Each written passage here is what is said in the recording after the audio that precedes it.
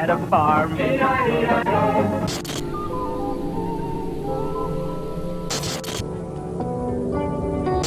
Climb inside the torso and accept your death. Wake up, wake up, wake up, wake up, wake up, wake up, wake up, wake up, wake up, wake up.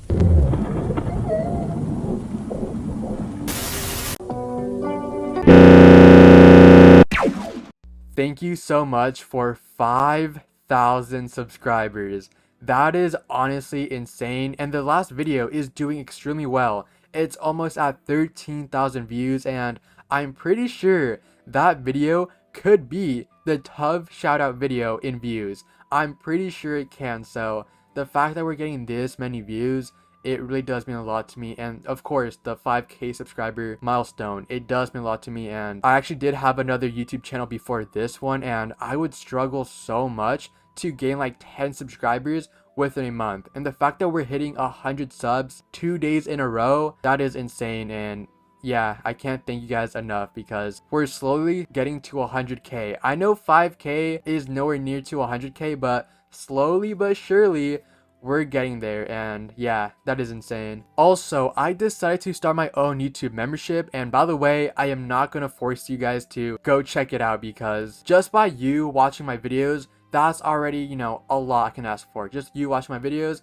that is good for me. But in case you want to support the channel, I do have a YouTube membership only for $1.99 where you guys get very weird stickers, which I'll explain in a moment, and you guys get to see my next thumbnail, the video idea for the next video, and the little cinematic intro that I make for my videos. So you guys will see all of that before anyone else. And for the emojis, let me explain them. Alright, so for the badges and emojis, we have bald me, one of my favorite photos, so why not make it into an emoji? Then we got sophomore me, which for some reason in high school I would always make that cringy face, and I hate myself for that. And next up we have YouTube's coffee. So this is an inside joke from Instagram. So basically, for the last video, the Vine iceberg, I showed a guy dropping coffee and the video got age restricted. Yeah, a guy dropping coffee made my video age restricted, but luckily I just muted the audio for that segment of the video and I got my ads back. So yeah, dropping coffee makes your video get age restricted. So on my Instagram story, I said, "We don't smoke packs here, we drink YouTube's coffee."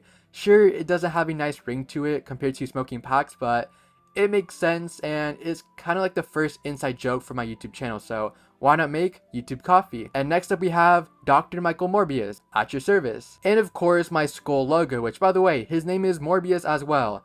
I actually gave him the name Morbius like before I even started my YouTube channel, and yeah, I just didn't know how to introduce his name to the channel until now. So yeah, his name is Morbius, and I think the only other person who knows that his name is Morbius before you guys was Tov. I'm pretty sure I told him like a few months ago. But yeah, those are my badges, emojis, whatever they're called. So if you would like to join, that is awesome. But if you do not want to join, that is cool. Don't waste your money on me. And as long as you watch and enjoy my videos, that is all I can ask for. But other than that, onto the video. So in today's video, I will talk about the strange world of analog horror and explain what analog horror is and what makes a horror video analog. And I will also be showing you guys some popular mainstream analog horror videos and do like a little explained type video for each of these channels. Obviously, I can't talk about every analog horror video channel because there's just so many right now, but I'll talk about a few of the popular ones. What is analog horror? Analog horror is a horror subgenre of found footage. It stems from various channels creating emergency alert system scenarios which mainly rely on audio as opposed to visuals. Even though that's the exact definition, it doesn't necessarily need to be a broadcast news video or even related to found footage at all. Even though it's a subgenre to found footage, but it doesn't have to be found footage all the time. But the found footage analog horror is a mainstream one because video games can be also considered analog horror, which I will explain later on. Analog horror is mainly using retro technology such as old school news stations and found VHS tapes. Not many videos cover this other than Terror, huge inspiration to this video by the way, but analog horror feels nostalgic in a weird way because analog horror focuses on your familiarity by using old types of media from old classic looking VHS tapes. For example, if you grew up with VHS tapes, it should be nostalgic when you watch them now. So when you watch a VHS analog horror video, it'll use a nostalgia because it's VHS. Something familiar, but it wouldn't be your typical VHS movie, but instead a horror video. The formats on these types of YouTube videos are pretty interesting because it splits into three. First part of the video, normal. Second part of the video, normal. Third part of the video, I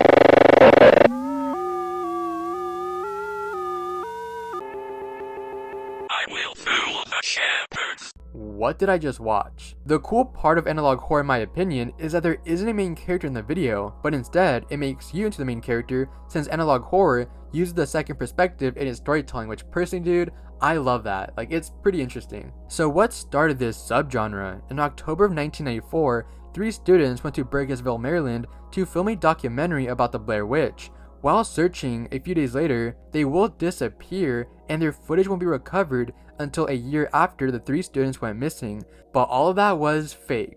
The marketing of this movie used a lot of images from a fake police investigation, and the marketing wanted you to be uncertain on what's going on and not knowing if something is real or fake, questioning reality in a way. And that's how the found footage genre was found. But 16 years later, Chris Strad would create a new subgenre which we now know it as analog horror. Types of analog horror.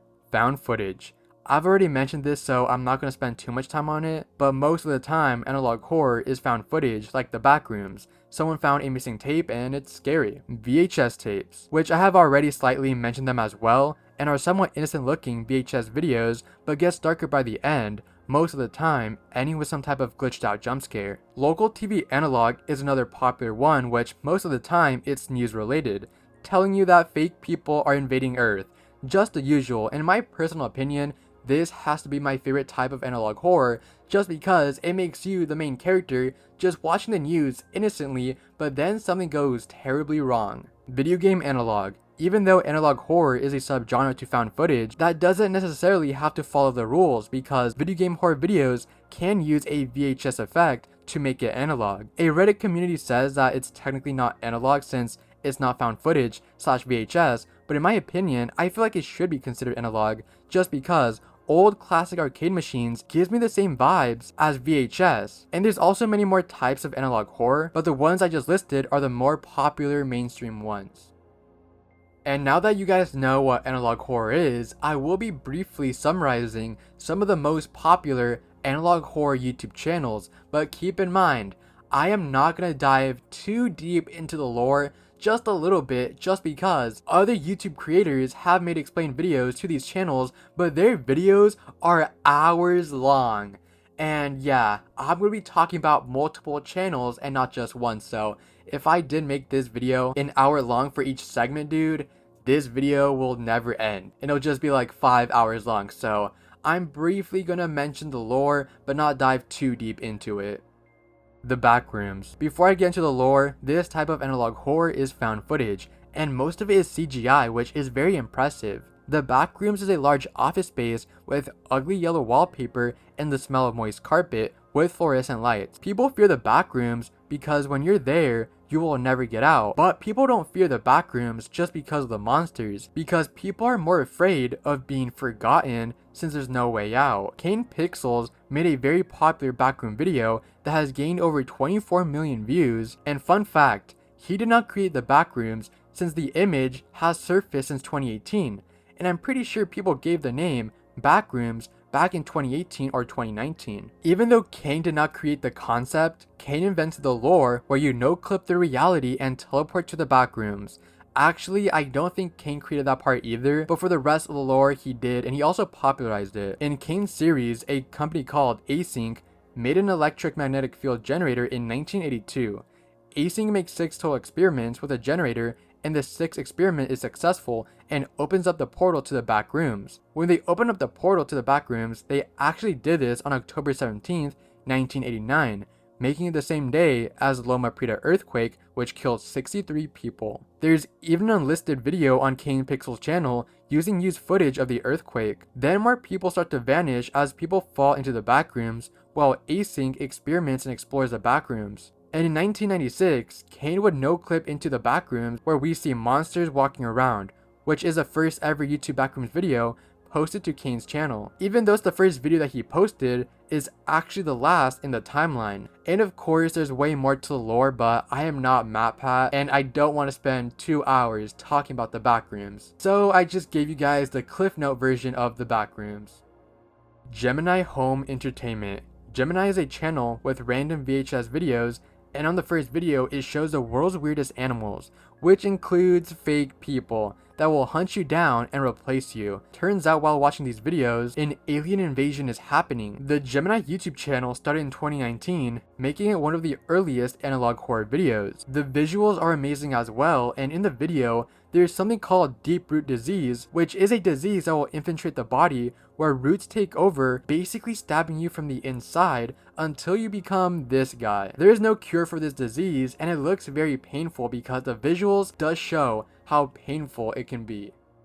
The Mandela Catalogs. This type of analog horror uses the VHS recording format where a town by the name Mandela County, and in the town 3,426 children has gone missing from paranormal activity. This is probably one of the most nuttiest ones in the video since it has things to do with the Bible, Satan taking over your TV so he can spread fear, and these things called alternates, which are 3 types of different people. The first type of alternate is someone that looks like a human. The second type of alternate are people with distorted faces, and the third type of alternate is even more distorted and not even human-like. In the first video, you see an old show called Beginner's Bible, where this alien angel approaches Mary. He claims to be the angel Gabriel, who is the angel who approached Mary in the Bible, letting her know that she'll give birth to Jesus. Something cool about these analog videos is that when it's playing random noises, you could turn on closed captions and you'll see a secret message.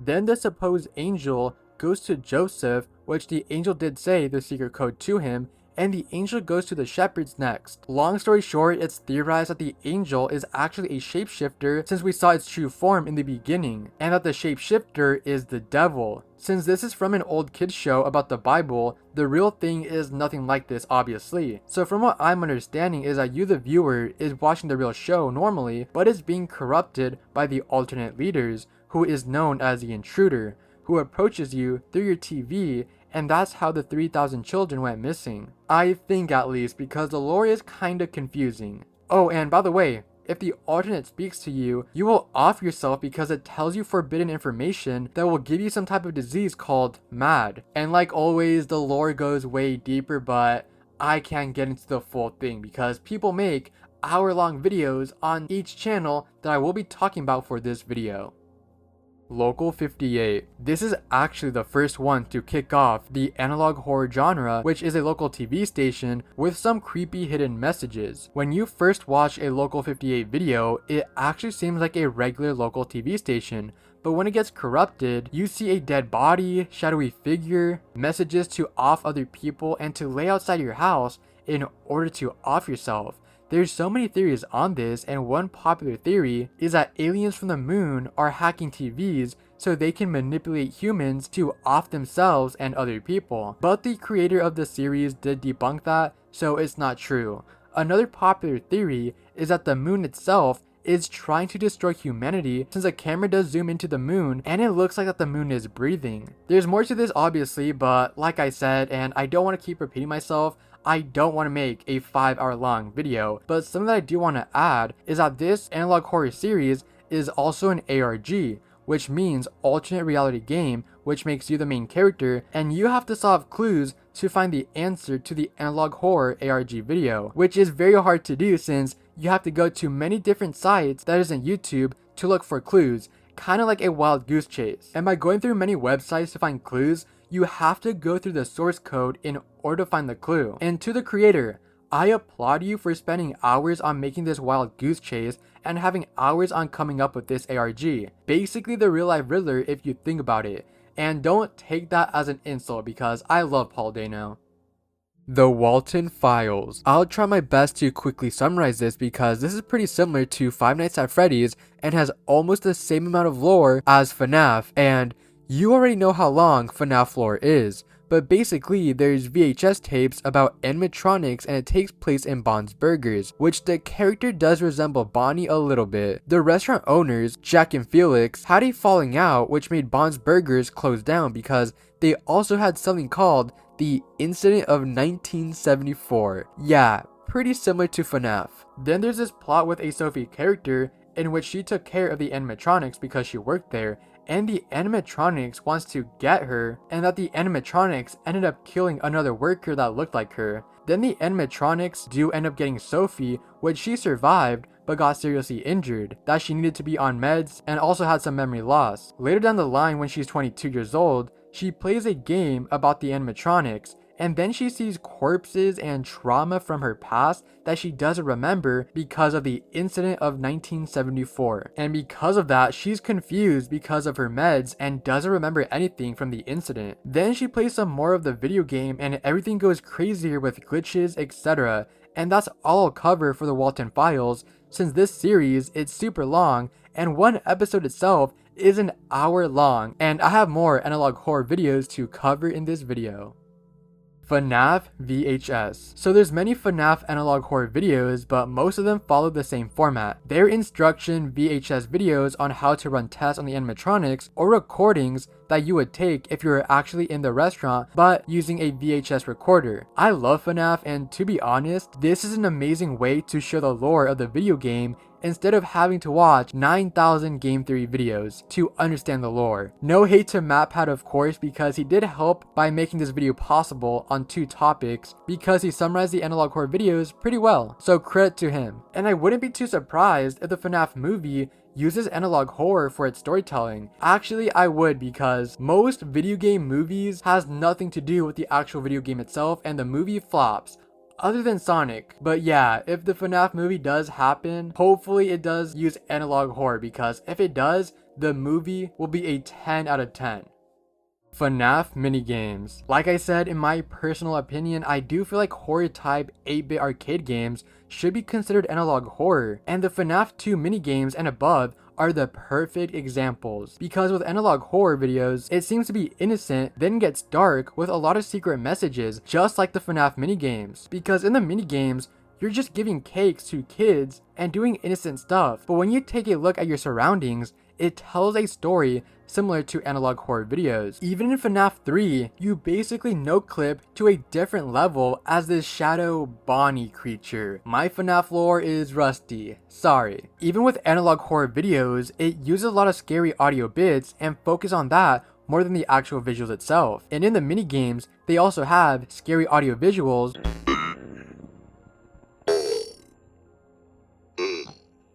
There's so many more similarities to these minigames and analog horror videos, so I technically consider these FNAF minigames to be analog horror. I didn't talk about this in this video, but I also consider anti-piracy screens as analog horror, since most of the anti-piracy horror videos do use old retro effects, and in the way, I guess you can consider Sonic.exe as analog horror. And for the record, I don't really know what Sonic.exe is. All I know is like some type of haunted game, which is obviously fake, but even that, I assume it's analog horror because it's some type of video about a haunted Sonic. So yeah, I do consider these anti-piracy screens and FNAF minigames to be analog horror because they do use the same retro effects as VHS. And that is the end of the strange world of analog horror. And to be honest, I had so much fun making this video, and before researching this video, I didn't really understand what analog horror was, and I have seen some videos in the past, but I just thought they were pretty boring and not scary at all. But researching this, I found a lot of good channels and they're pretty interesting. Even though they're not scary for me, it's still a very cool concept that you are the main character experiencing all of those type of horrific moments, because I don't know, it's like, it's fun. And luckily with this video, I now understand why people love this subgenre a lot, because it is very fun, and who knows, I might watch a few of these after this video. Probably not, but I have respect for this subgenre. And don't forget to check me out on Instagram and TikTok at Morbid for Fun, and if you like, don't forget to check me out on my YouTube membership.